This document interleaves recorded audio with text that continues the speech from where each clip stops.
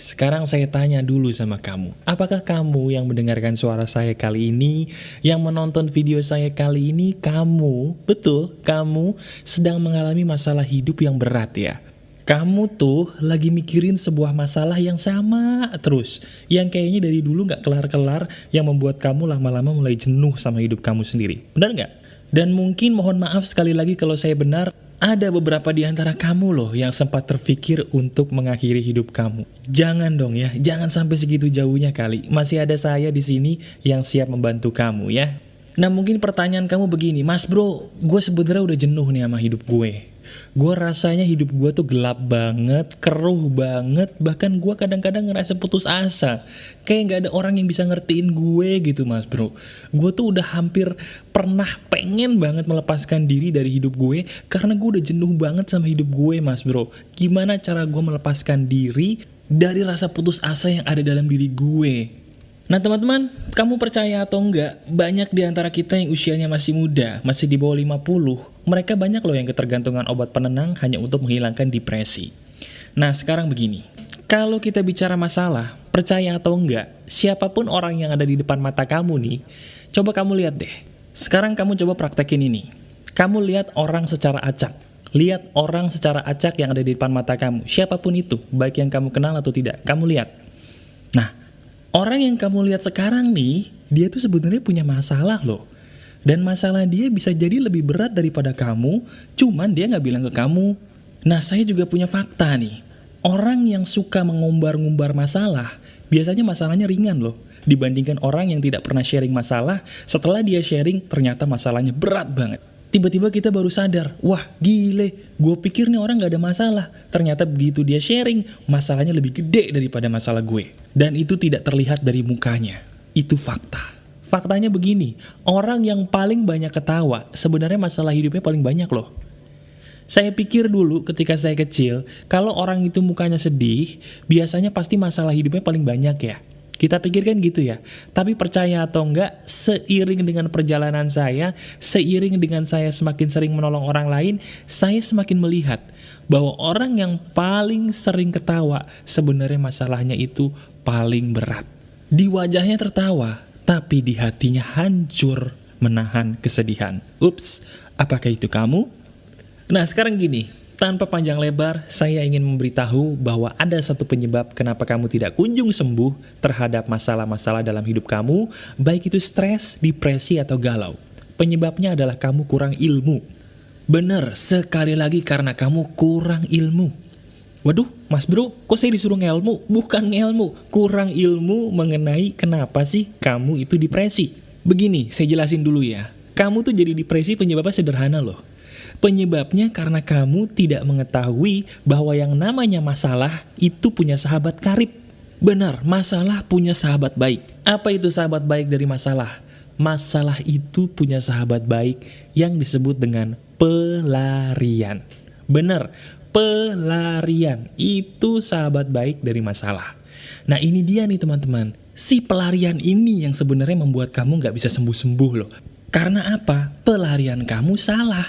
Kalau pelarian kamu salah, masalah lu kagak kelar-kelar, depresi lu, stres lu, galau lu, gak hilang-hilang. Itulah sebabnya kadang-kadang kamu bingung ya, kenapa ya mas bro? Kok gue kadang-kadang tanpa sebab yang jelas gitu? Gue suka galau sendiri, suka stres sendiri, suka sedih sendiri, suka mellow sendiri. Penyebabnya karena masalahnya di pelarian kamu, bukan masalah yang kamu pikir ada. Masalah kamu tuh sebenarnya gak berat-berat banget lagi, cuman cara pelarian kamu yang salah. Yang membuat kamu jadinya mellow semelo-melonya tidak sembuh-sembuh. Nah ini dia sebuah fakta yang paling penting yang harus kamu tahu ya. Penyebab depresi kamu itu cuma 2, dengerin baik-baik. Penyebab stres dan depresi kamu, galau kamu yang tidak kunjung hilang cuma 2. Yang pertama, kamu stres, depresi atau galau karena kamu tidak punya pelarian. Itu yang pertama. Yang kedua, kamu punya pelarian, tapi pelarian kamu salah. Itu yang membuat kamu jadi tidak bisa sembuh-sembuh. Begini teman-teman, karena setiap orang itu punya masalah, setiap orang itu harus punya pelarian loh. Kalau kamu nggak punya pelarian, kamu akan jadi seperti orang yang punya kebiasaan menggalau, meratapi nasib, dan berenang-renang dalam masalah kamu, seolah-olah kamu menikmatinya. Pernah nggak kamu punya teman atau kenal orang yang kayaknya pengen selalu dikasihani karena masalah-masalah mereka? Nah, itu salah satu ciri dari orang yang tidak punya pelarian. Mereka suka berenang-renang dalam masalah hidup mereka dan minta dikasihani selalu. Apakah kamu pernah melihat orang seperti itu? Atau jangan-jangan itu adalah kamu? Maaf ya kalau tebakan saya kembali benar. Nah mas bro, dari tadi lu ngomong pelarian. Pelarian itu sebenarnya apa sih artinya? Nah jadi begini, saya tadi bilang bahwa pelarian itu adalah sahabat karib dari masalah. Nah pelarian itu pengertiannya adalah begini. Apapun yang kamu lakukan untuk membuat diri kamu menjadi lebih baik ketika kamu tertimpa masalah, itu adalah pelarian. Ya, jadi ketika kamu kena masalah apapun, kamu melakukan hal ini, terus rasanya lebih enak, itu saya sebut sebagai pelarian. Kamu lagi berantem sama pacar kamu lagi habis dimarahin orang tua, masalah pekerjaan kamu banyak, kamu pasti cenderung secara spontan akan melakukan sesuatu kan, untuk membuat diri kamu terasa lebih baik. Nah, itu yang disebut pelarian. Nah, pelarian ini teman-teman yang menentukan sembuh atau tidaknya masalah kamu dalam jiwa kamu. Contohnya gini nih, saya coba tebak lagi ya, mohon maaf kalau bener. Jujur deh, kamu kalau lagi kena masalah, kayaknya kamu suka ngerokok ya? Bener gak sih? Ketika kamu lagi ada masalah, kayaknya gak sengaja atau secara spontan gitu, kamu langsung bakar rokok, langsung kami isep. Betul gak? Kalau kamu benar-benar adalah seorang perokok, itu adalah salah satu contoh pelarian. Atau mungkin, jangan-jangan nih, kamu kalau misalnya lagi ada masalah, pelariannya ke makanan. Kayaknya kalau lagi kesel gitu mas bro, gue lagi ada masalah nih, bawaannya makan es krim, makan kambing guling, makan babi guling, makan belalang guling, makan semut guling, semua yang diguling-guling kamu makan. Rasanya enak gitu rasanya ya. Bawaannya makan makanan yang ada di kulkas, kamu makan semuanya sampai rasanya kenyang. Begitu udah lega, nyesel. Aduh, kok gue jadi brutal begini? Untung kulkasnya gak gue makan. Aduh, gimana? Apakah itu pelarian kamu selama ini? Kalau emang itu pelarian kamu, saya ucapkan selamat karena pelarian itulah yang membuat kamu susah menjadi manusia yang sembuh. Loh kok bisa begitu? Gini loh teman-teman, saya bilang pelarian itu adalah kunci sembuh atau tidaknya depresi kamu dalam hidup. Sekali lagi saya ulangi, pelarian kamu adalah kunci sembuh atau tidaknya kamu dari depresi kamu. Kamu menjadi susah sembuh dari masalah kamu bukan karena masalah kamu berat. Yang membuat kamu tidak sembuh-sembuh dari masalah kamu hanya karena kamu salah melakukan pelarian. Pertama, harus kamu garis bawahi bahwa setiap orang harus punya pelarian untuk menghadapi masalah. Sekali lagi, setiap orang wajib punya pelarian untuk menghadapi masalah. Hanya saja, tidak boleh pelarian itu salah. Contoh pelarian yang salah. Mohon maaf kalau kamu tersinggung, mohon maaf ya. Kamu lagi ada masalah, pelarian kamu minum alkohol, mabok. Kamu jadi minum alkohol, itu karena kamu merasa, dengan minum alkoholnya gue mas bro, masalah gue rasanya enak, lepas gitu. Memang betul, ketika kamu minum alkohol mungkin dalam waktu 1 detik 2 detik masalah kamu rasanya lepas. Tapi ketika kamu sudah sadar, kamu pusing, kamu mual, otak syaraf kamu akan membuat kamu lebih depresi lagi. Bagi kamu yang pernah mabok, bener atau enggak? Ketika kamu sudah sadar, ketika kamu selesai mabok, masalah kamu bukannya tambah beres, malah tambah berat. Bener apa enggak? Jujur. Mau contoh lagi nih, biar kamu ketampar? Ya, boleh. Alkisah ada seseorang yang bernama Toto. Toto mirip merek WC. Tiba-tiba dia galau. Begitu dia galau, dia merasa bahwa dia adalah orang yang paling merana. Kemudian dia buka YouTube. Ketika dia buka YouTube, dia mencari lagu galau. Dan dia menangis terseduh-seduh menikmati kegalauannya. Oh ayahanda, kenapa dunia ini begitu kejam? Kenapa dunia ini begitu kejam? Tiba-tiba muncul naga Indosiar. Lah, itu mah jadi film sinetron Indosiar ya. Pokoknya intinya, banyak loh diantara kamu, orang-orang yang kalau lagi galau malah menikmati galau dengan dengerin lagu galau. Coba, bener gak? Kayaknya kamu seneng gitu loh mendengarkan lagu yang galau, padahal kamu lagi galau juga. Dan sama seperti luka, luka itu gak akan sembuh kalau kamu malah menggabungkan luka itu dengan luka baru.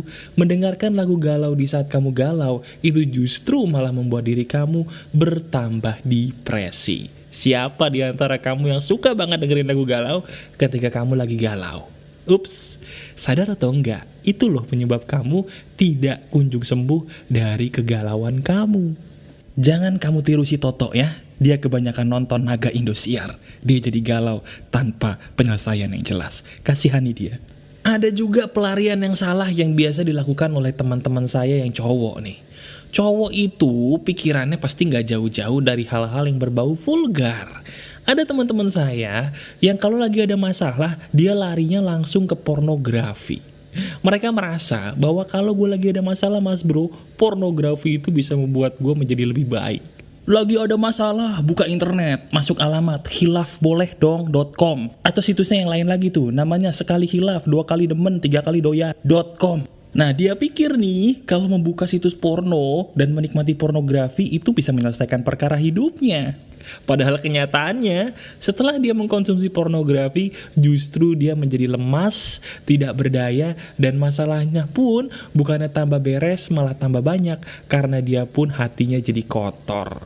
Ayo, siapa di antara kamu yang sama seperti teman-teman saya tadi, yang menjadikan pornografi sebagai pelarian kamu? Jujur! Nah, itu tuh yang senyum-senyum sendiri, itulah yang jadi tersangka. Kamu yang ternyata selama ini gemar menggunakan pornografi sebagai pelarian. Betul kan? Mending kamu gaul sama Toto. Ada juga yang terakhir nih, yang sering dilakukan cewek. Kalau tadi pornografi cenderung dilakukan cowok, kalau ini cenderung dilakukan oleh cewek. Cewek tuh, kalau lagi ada masalah, bukannya mencari penyelesaian, malah kadang-kadang di antara mereka sukanya ngapain? Menggosip di pengkolan. Menggosip di pengkolan, udah di pengkolan, bukannya beli sayur, malah menggosip. Contohnya gini, Ceng, tahu nggak sih? Itu si Romlah tuh nyebelin banget, tahu nggak sih? Baru punya sendal baru aja belagu banget. Padahal tuh sendal, dia nyolong di pasar Senen aja belagu. Lihat dong tuh sendalnya, ih. Mereka pikir dengan ngegosipin tetangga, dengan ngegosipin orang, masalah mereka beres. Padahal ketika kamu menggosipi orang lain yang jelek-jelek, walaupun orang lain itu gak denger ya, itu mengotori hati kamu loh. Dan sadar gak sih, ketika hati kamu kotor, pelarian itu malah justru membuat kamu menjadi jauh dari kesembuhan depresi kamu. Ayo, siapa di antara kamu yang suka ngegosipin orang lain di pengkolan? Angkat jari kamu, ya. Kamu gak kasihan sama Romlah? Romlah kamu gosipin. Kasihan lagi, stop gosip dong. Nah mungkin kamu mulai ketawa, mulai senyum-senyum sendiri, tapi kamu sadar nggak bahwa itu sebenarnya yang pernah kamu lakukan kan? Ketika kamu sedang mengalami sebuah masalah dan pelarian itu yang biasanya sering kali dilakukan oleh kamu. Nah, kalau itu semua tadi pelarian yang salah mas bro, tolong kasih contoh ke kita dong. Pelarian apa sih yang benar-benar bisa menyembuhkan depresi gue? Nah gini, sekarang saya tidak mau berbahasa basi sama kamu, saya minta tolong kamu catat ya. Kamu catat beberapa hal yang bisa kamu lakukan untuk menjadikan diri kamu seketika ini juga sembuh dari depresi kamu, kalau kamu mau praktek ya. Yang pertama, kamu catat, kamu harus mencari sebuah pelarian apapun yang bisa membuat diri kamu berkeringat dan harus kamu lakukan di luar rumah ya. Syarat yang pertama, pelarian itu bisa disebut benar. Yang pertama, bisa membuat kamu berkeringat dan harus rutin dilakukan di luar rumah. Saya ingin berbicara dulu sama kamu. Manusia itu sebenarnya ditakdirkan sama Yang Maha Kuasa harus selalu dekat dengan alam. Orang kalau tidak dekat dengan alam, orang itu akan cenderung menjadi depresi loh. Kenapa bisa begitu? Karena memang manusia ditakdirkan sama Yang Maha Kuasa untuk selalu bersahabat dengan alam. Nah itulah sebabnya, kalau kita lihat orang-orang zaman dulu, mereka banyak yang bertapa di gunung, bertapa yang di bawah pohon. Kenapa begitu? Karena ketika mereka bertapa di gunung dan di bawah pohon, mereka mendekatkan diri dengan alam, dan itu yang dibutuhkan oleh tubuh kita. Itu juga yang menyebabkan kayaknya kalau kamu liburan ke puncak, liburan keluar kota ya, rasanya kok badan jadi seger gitu. Kenapa? Karena memang badan kamu suka dengan alam semesta. Jadi hal pertama yang harus kamu lakukan, coba deh cari kegiatan yang bisa membuat kamu berkeringat dan dilakukan di luar rumah. Kalau saya, biasanya melakukan kegiatan yang disebut dengan jogging. Kamu suka jogging atau tidak? Saya anggap kamu harus melakukan apa yang saya lakukan. Pertama, kalau kamu belum pernah olahraga di luar, saya sarankan mulai detik ini, tolong lakukan sebuah kegiatan yang disebut jalan pagi. Bener, mulai detik ini kamu nih yang lagi depresi, saya minta tolong jalan pagi dong. Pagi-pagi, abis sholat subuh kalau yang muslim terutama, tolong keluar rumah, jalan pagi 30 menit, nggak usah jogging nggak apa-apa. Jalan pagi 30 menit setiap hari secara rutin sampai badan kamu mengeluarkan keringat. Itu pelarian yang pertama, olahraga yang membuat kamu berkeringat. Yang kedua, kalau kamu misalnya sudah melakukan sesuatu hal yang membuat kamu berkeringat dan dilakukan di luar rumah secara rutin, ada loh pelarian yang kedua yang bisa membuat kamu menjadi lepas dari depresi dalam waktu sekejap. Pelarian yang kedua adalah segala sesuatu hal yang berhubungan dengan manisnya coklat. Betul. Wah, kalau saya nyebut coklat nih, kayaknya banyak di antara kamu yang langsung tersenyum. Yes, tahu aja gue suka coklat. Bener, sudah dibuktikan oleh ilmu pengetahuan bahwa coklat teman-teman bisa membuat otak kita mengeluarkan semacam zat yang bisa membuat kita menjadi happy tanpa alasan yang jelas. Nah sekarang saya minta tolong, daripada kamu beli rokok gitu ya, beli deh coklat-coklat yang murah-murah aja yang ada di supermarket kamu. Kamu setiap kali ada masalah makan coklat satu aja. Waduh mas bro, nanti gue jadi gemuk dong. Nah, ini salah pahamnya kita. Coklat itu tidak menggemukkan teman-teman. Yang membuat kamu jadi gemuk itu bukan coklat. Yang membuat kamu jadi gemuk itu adalah barang atau bahan yang disertakan bersama coklat. Contohnya, kamu makan cake ulang tahun. Yang membuat kamu jadi gemuk itu bukan coklatnya, tapi krimnya. Yang ada di kue itu yang membuat kamu jadi gemuk. Ya, jadi mulai detik ini, sambil kamu berolahraga rutin, mulai detik ini, setiap kali ada masalah, coba makan coklat satu batang aja. Pasti diri kamu jadi rasanya lebih enak dibandingkan sebelumnya. Cobain. Nah, dengan melakukan dua pelarian tadi yang saya sebutkan di atas saja, biasanya masalah kamu sudah berkurang setengahnya. Rasanya nih, biasanya dulu kamu kalau depresi bawaannya nggak enak, kalau kamu rutin melakukan dua hal tadi yang saya sebutkan, masalah kamu dalam waktu sekejap hilang setengahnya. Rasanya badan lebih plong gitu, lebih rileks. Tapi apakah cuman itu? Belum. Ada satu pelarian lagi yang secara rutin saya lakukan ketika saya sedang menghadapi masalah, dan alhamdulillahnya dengan izin Allah, dengan izin Tuhan bisa melepaskan diri saya dari perasaan stres dan depresi. Yang nomor 3 yang harus kamu lakukan seandainya kamu ingin keluar dari masalah depresi kamu adalah rutinlah bersahabat dengan teh. Coba deh mulai detik ini kamu buktikan ucapan saya ya. Buktikan, saya nggak mau terlalu banyak ngomong, buktikan aja. Mulai detik ini kamu beli teh hijau. Beli teh hijau yang ada di toko-toko supermarket. Kamu beli teh hijau yang dalam kemasan teh hijau celup ya. Jangan dicampur madu, jangan dicampur apapun. Coba mulai detik ini kamu minum rutin 2 gelas teh hijau celup.